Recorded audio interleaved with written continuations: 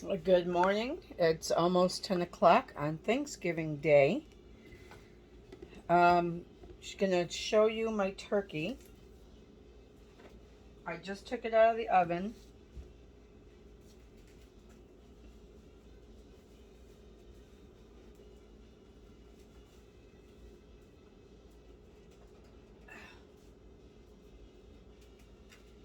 Now, if you watched my Turkey 101, you saw me stuff the turkey and get it into the bag.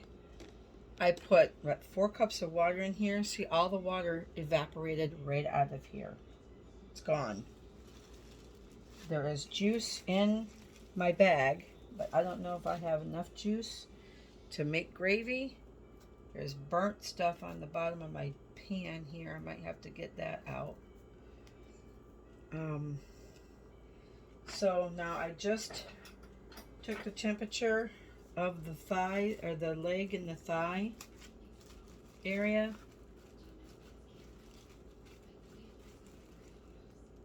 That's coming up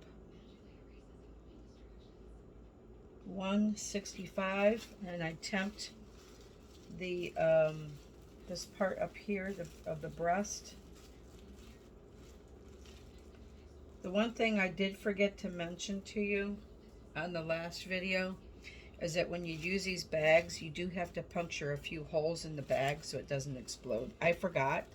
So when I checked on it a little bit ago, that's when the bag was kind of inflated, so I just cut a couple pieces of holes for my scissors.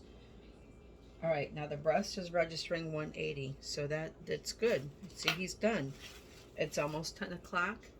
He cooked from 7:30, 8:30, 9:30, 10, 2.5 hours. 7:30, 8:30, 9:30. It's almost 10 o'clock. Yep. So 2.5 hours for a 14-pound turkey. And he looks great. I mean, it totally looks great. Let me turn it around so you can see. Well, typically what I like to do at this point is I like to cut a hole in the back of this bag to get my juices, and then pick up the turkey as carefully as I can and let those juices drain into my pan. See? Look, he's nice and brown. You can see how he looks. Really good. Nice and brown. You can tell in the bag. See, I can always tell too when the bone starts to pull away from the meat on the leg. See, when the bone starts to pull away from the leg, that's done. Then you know that is done. You don't want an overcooked dried turkey. I don't like that. Anyway. All right. So, got the turkey is done. I just got to drain the juices for my gravy. I'm gonna work on my beef tenderloin next, so I'll be right back. Okay, I'm back. Turkey is resting on the table in the pan, so I'm gonna work on my beef tenderloin. So what I'm going to do is I got my skillet here. I love this Pampered Chef skillet. I use it almost all the time. I'm going to drizzle some olive oil in there.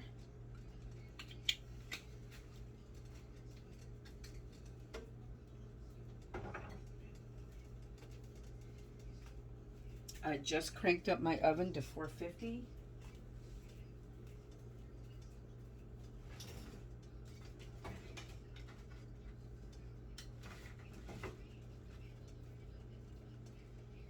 I got my tongs. So I've never really cooked a tenderloin before, so I am following a recipe that I found on Pinterest. I get everything on Pinterest. So I made this compound butter, which was butter, garlic, rosemary, thyme, dried oregano, salt, and pepper. And instead of using the fresh oregano, thyme, and dried oregano, I just used Italian blend seasoning. because it has everything in it. So I just used that. And then I just mashed up my butter in a bowl. This is what it looks like.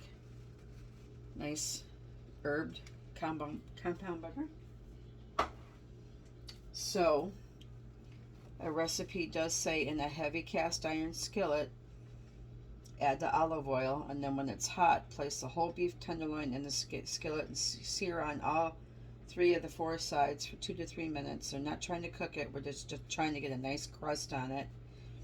Transfer the beef tenderloin to an oven-safe skillet. Well, I'm just going to put it from the stovetop right to the oven. That's what's great about these pans. And then for, okay. All right. So then, after you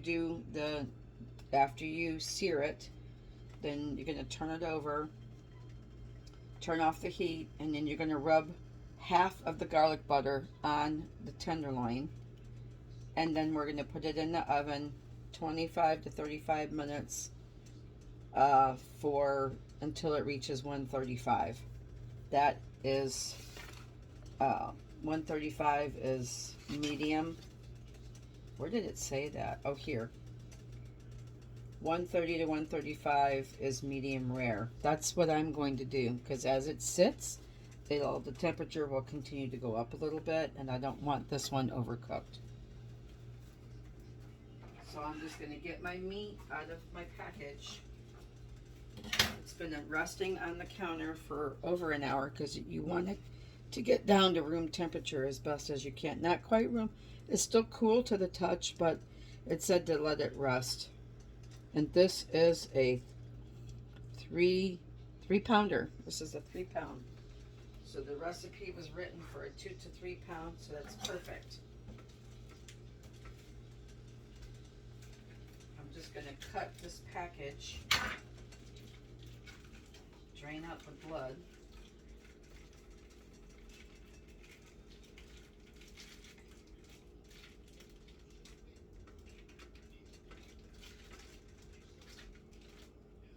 I do not rinse beef at all.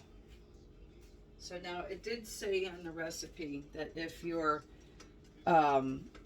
meat has excess silver skin on it or excess fat, I picked out a nice one, so it does not.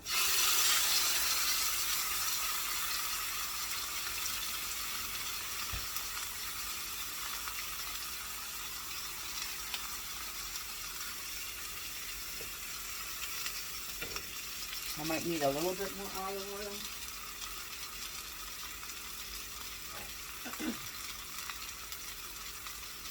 I just turned my stove down to 7.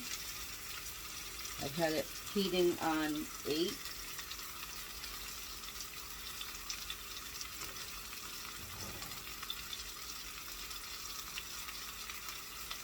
So you just want it to sear it on all those sides.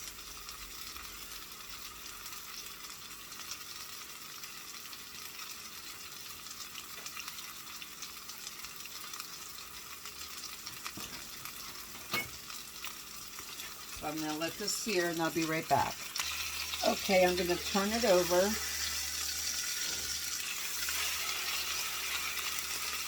The recipe did say to tie it with kitchen twine. I don't have kitchen twine. I forgot to buy twine. So I'm hoping it's not going to hurt it by not doing that. I know you want it kind of like tight together so it doesn't, I don't think it's going to fall apart. I don't think I'm going to have a problem with that.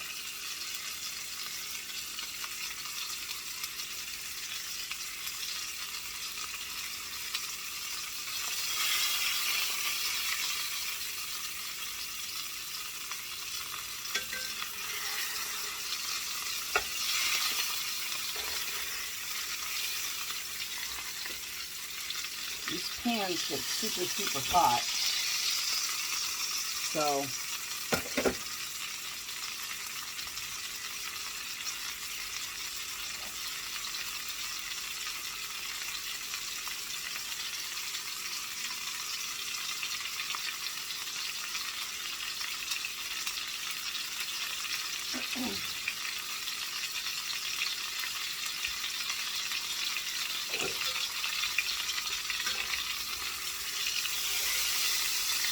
try to pick it up and sear it on this side.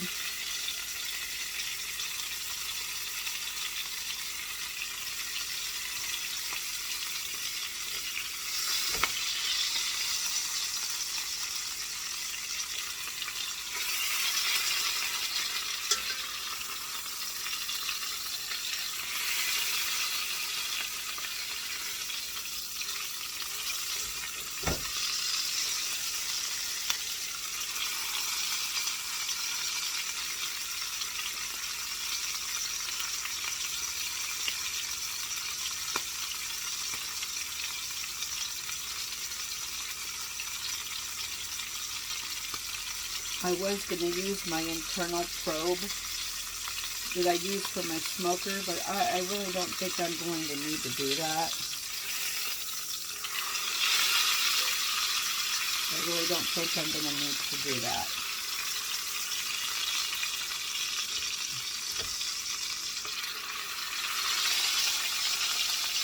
Alright, I think that's looking pretty darn good.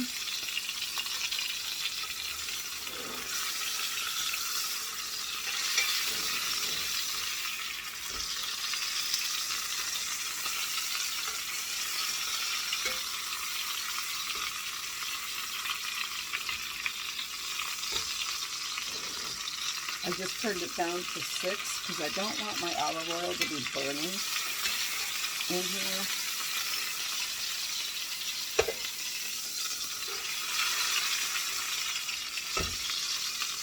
Good thing I didn't have it any bigger. Honestly, it wouldn't fit in my pan. I'd have to cut it in half.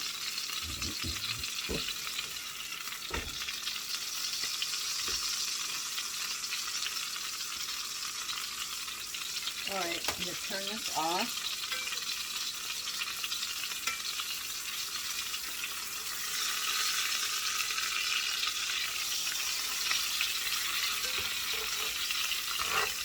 I think that this looks pretty nicely seared.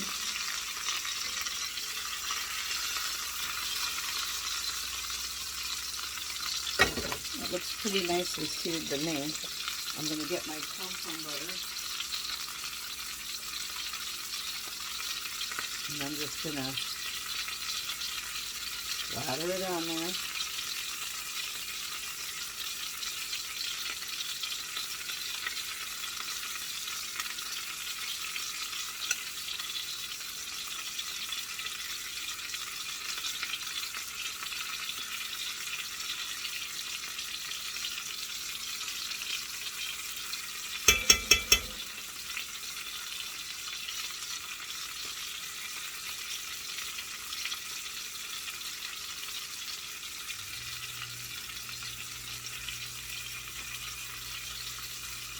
Alright, I got to save half of it for after it comes out. I'm just going to put the other half on it then. Does not say to cover it.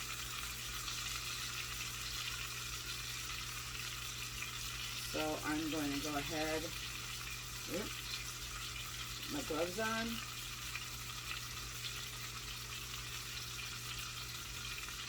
And I'm going to put it in a 450 degree oven for 20 minutes.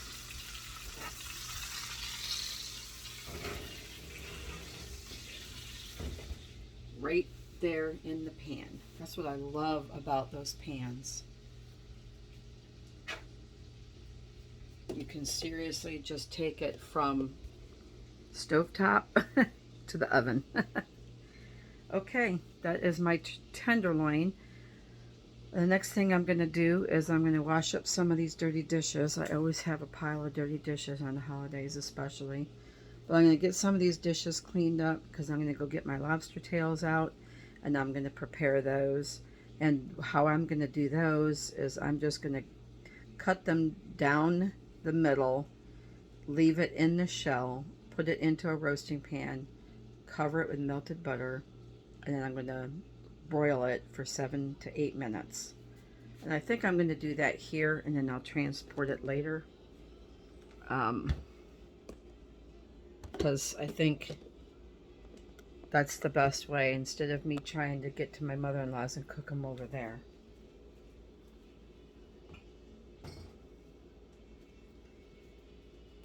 Okay, so I'm probably going to come back in 20 to 25 minutes and show you the tenderloin. I'll be right back. Okay, going back to the turkey a little bit. Because this turkey is only 14 pounds, I was able to pick this whole turkey up in the bag because it's been sitting and resting on the table. And I put it into a large Dutch oven pan. I put my Dutch oven pan in my sink right here.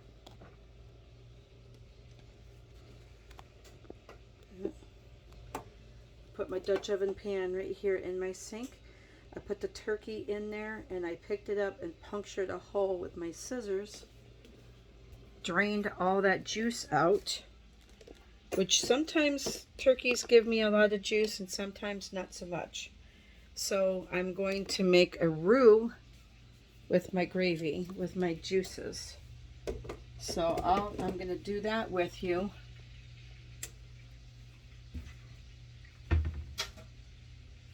Just to show you how I do my gravy. Couple hunks of fat came out of the bag. It's okay. So I got all my juices here from my turkey. The tenderloin is cooking. It's got 11 minutes. So what I am going to do with my stuff here is I am going to turn it up on like 9. And I'm going to get it boiling. Actually, no, I'm going to turn it down.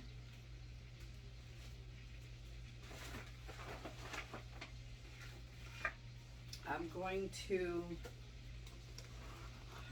to put about 1/3 of a cup of flour in my drippings.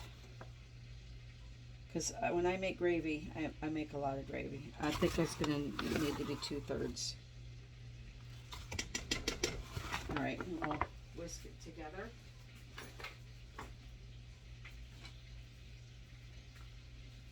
I have perfected the gravy.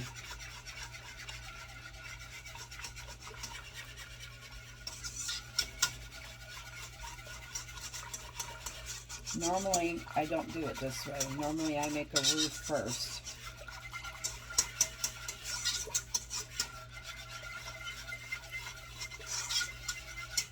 I need more flour.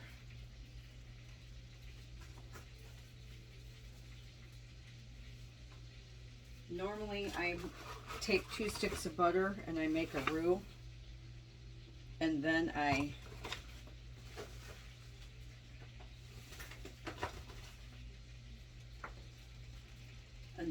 add my flour, and for some reason I just feel like I'm going backwards this year. I don't know what's going on. I normally take 2 sticks of butter, melt it into a pan, then I make the roux, and then I put the juices in. I don't know why today I'm going kind of backwards. But I'm going to bring this up to a boil. Cook off some of that flour. And then I can always use my juices from my turkey neck. And I'm also going to get a box of chicken broth.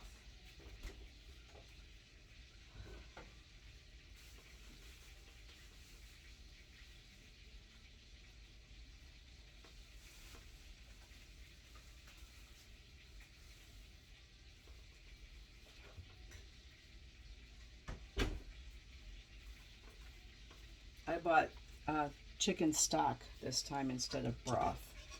Alright, so then that's kind of getting tasty. I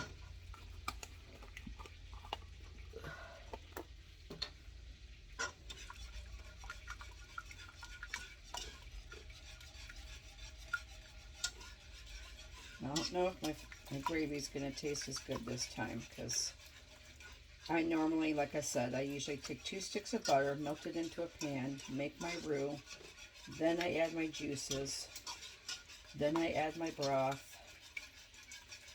and I just kind of flopped it backwards.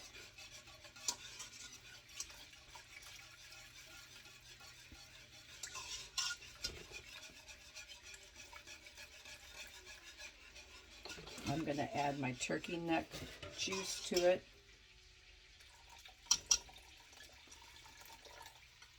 me some extra turkey flavor.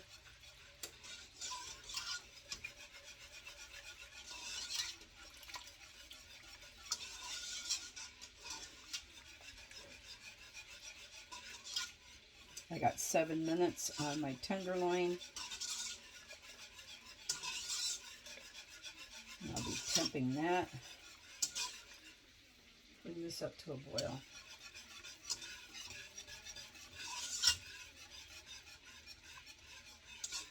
It smells really good. And there's no lumps, so I think it's going to be okay. I just hope it doesn't taste like flour, because sometimes if you don't cook off that flour taste,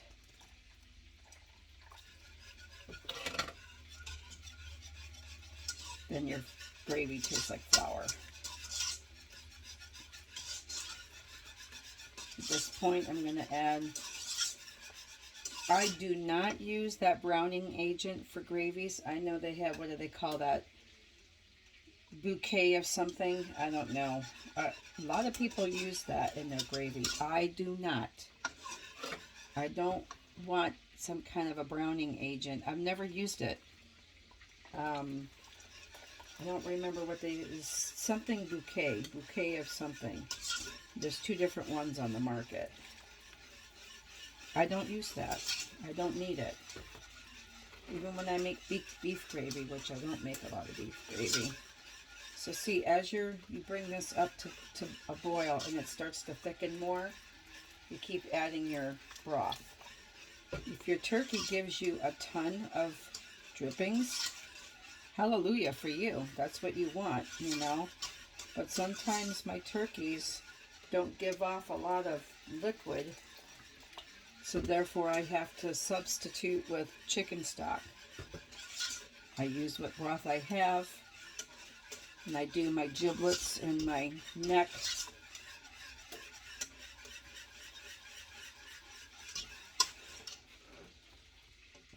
I do my giblets and my neck. I add that juice because it don't taste like nothing. It don't taste bad. It just tastes like turkey. I don't use the giblets in my gravy either. I do not do giblet gravy. I don't like giblets. Thank the Lord for my son. Now, when he's here, he likes that.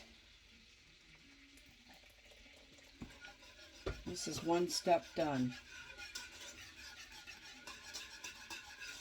I'll probably put this whole box of juice in there because it'll thicken as it cools. I'll just put a lid on this, carefully transfer it to my vehicle, put it on the floor of the vehicle wrapped in a towel. One year I had everything on this tray, and the tray was on the back seat, and I literally thought it would just sit there. I don't know why. I transport cakes. I know things slide off of seats and disaster happens. Well, I hit the brake. The pan went sliding forward. The gravy pan hit the floor. I had gravy all inside the bottom floor of my car. So there, my mother-in-law and I, we salvaged enough gravy for dinner, but we had no leftovers. That's the other reason why I make so much stuff. Everybody wants leftovers. That's the other reason why I cook so much stuff, because we have to have enough for my mother-in-law and Jake, my kids, to have leftover, and us. So you got 1, 2, 3, 4 families that want leftovers, you know. Basically 4 families. You got Brian and Tiffany. They take their own. Michael and Amanda and the kids, they take their own leftovers. Doris wants leftovers. We all want leftovers. Alright, I'm going to just turn this on 8. I'm going to grab my salt and pepper.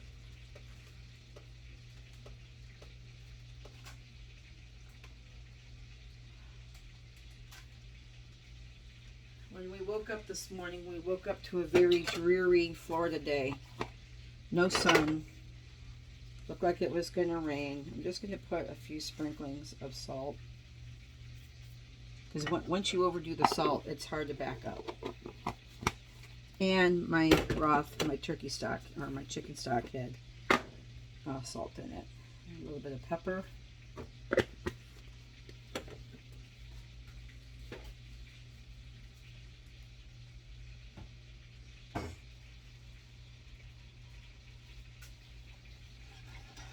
Give this a whisk.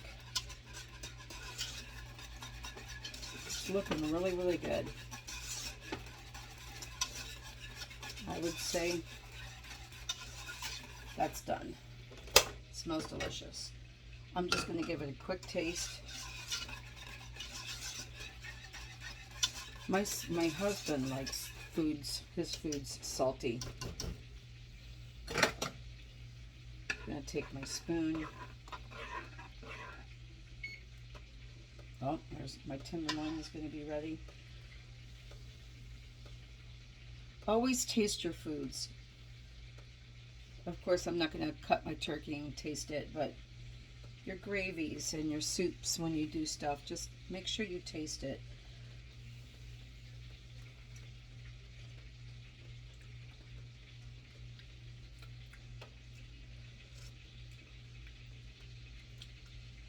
Okay, it tastes a little bit like flour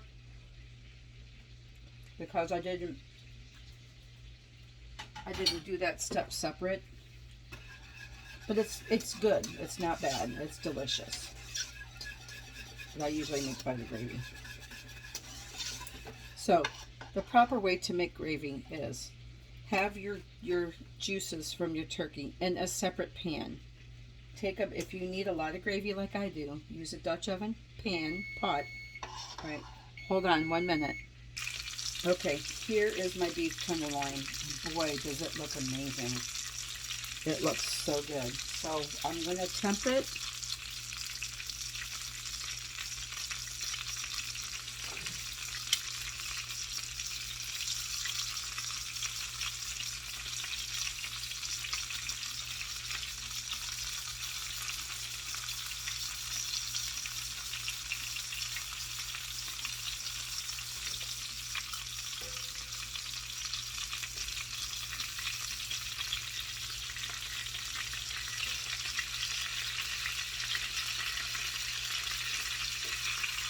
Okay, it's not even registering 120, so that is very rare.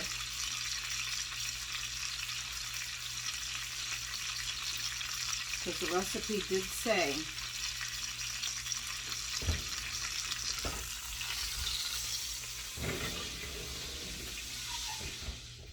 did say for 25 to 35 minutes.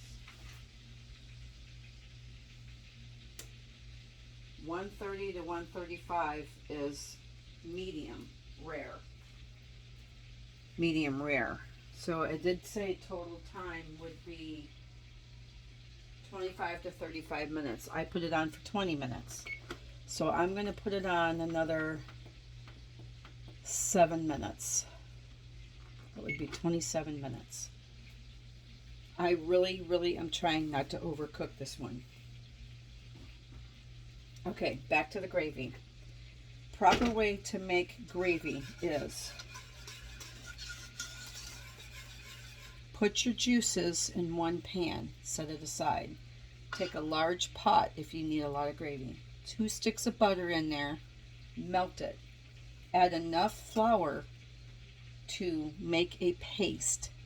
And then just let that cook and brown for a little bit. Don't burn your flour, but just let it, keep stirring it, and let it get cooked brown a little bit. Let it cook out that flour flavor. Then you add your juices back while stirring. If you have giblet juice or turkey neck juice, add that. And then always have a couple of boxes of chicken stock on hand. If you like the unsalted kind, get that. And then if it's too thick, you just keep adding broth until you get it to the thickness and consistency that you like, which that can be different for everybody. If you don't want to use turkey broth, chicken broth, chicken stock, you can do milk. My mom used to make milk gravy, but I kind of switched over to doing the chicken stock gravy, because I don't know, I like it better. I mean, now if you want your gravy to have a little bit of richness to it, you could just throw in, I think I'm going to throw in a little bit of extra butter.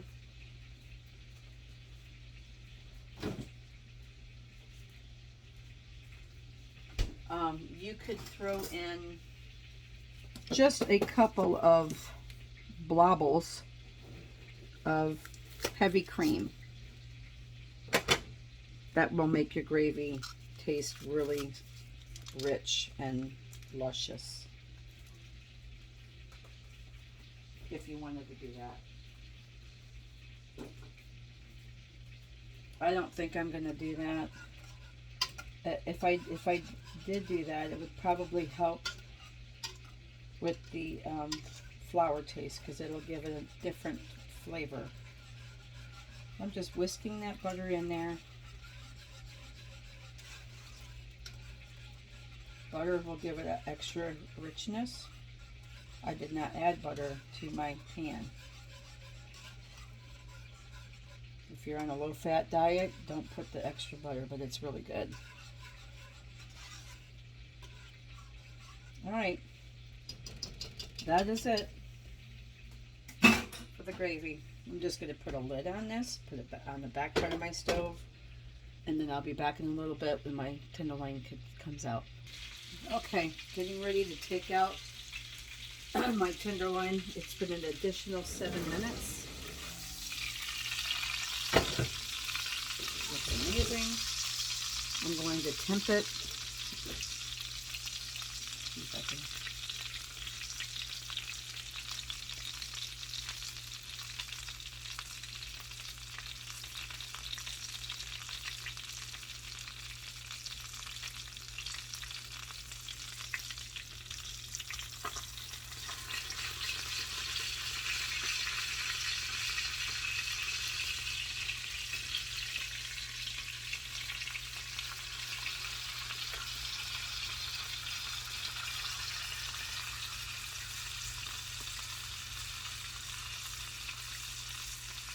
All right, that's coming up to about 135, 130, almost 1. Well, I think I'm going to do another 5 minutes. So that was 27, 28, 29, 30, 31. It would be 32 minutes with 5 more minutes.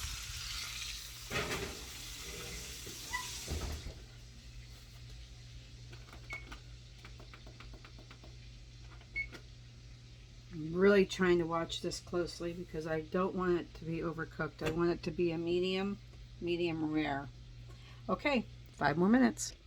Okay, while my tenderloin has got 5 more minutes in the oven, I'm going to go ahead and prepare my lobster tails.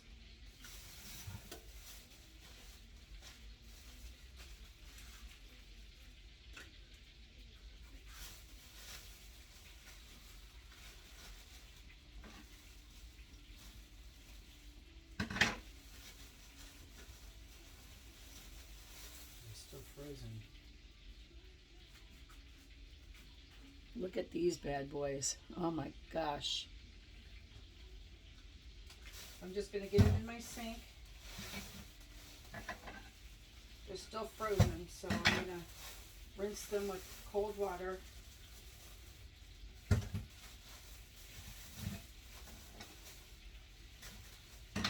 Okay, well, let's say they're semi-frozen. They're not solid. Frozen solid.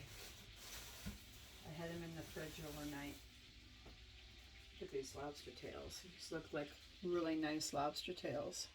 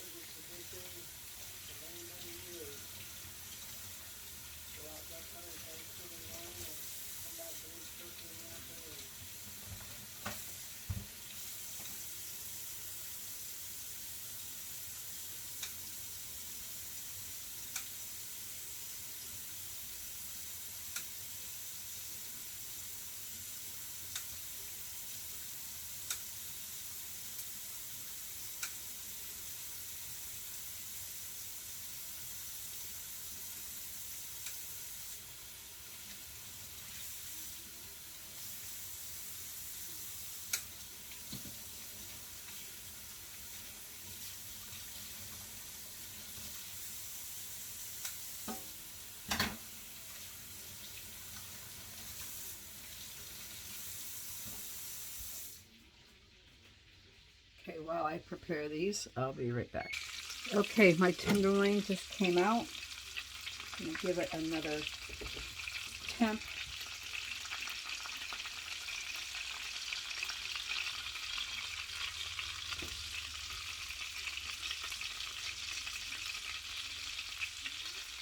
$135. Parts of it is registering 130, other parts are registering 135. So that's good. So I'm going to switch my oven to broil. And I'm still getting my lobsters going here. Okay. Sorry I didn't get to come back for the lobster part. But we got the lobsters all trimmed and cut in half in a pan, drizzled with butter, melted butter. They're in the broiler. Here's my beef tenderloin. Looks delicious. I'm gonna tint it with foil.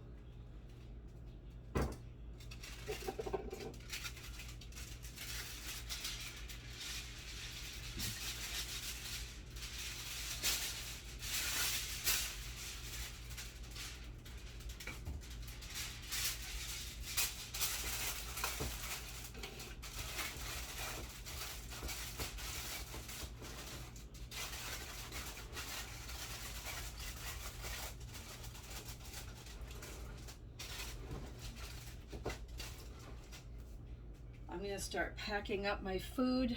I have all kinds of containers and things to put my hot dishes into.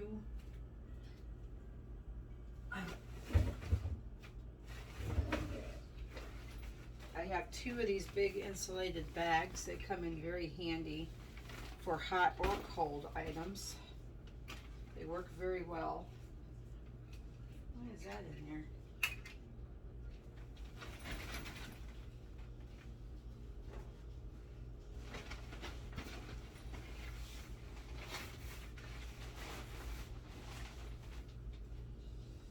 Alright, I'm going to start packing up my food, and that is it. That's it for the day. Bon appetit, everybody. Have a wonderful day. Have a wonderful day. Subscribe to my page if you have not. Give me a thumbs up. Ring the bell so you're notified when I do another video, and I'll catch you next time. Have a happy Thanksgiving and a wonderful holiday season. Thank you. Bye.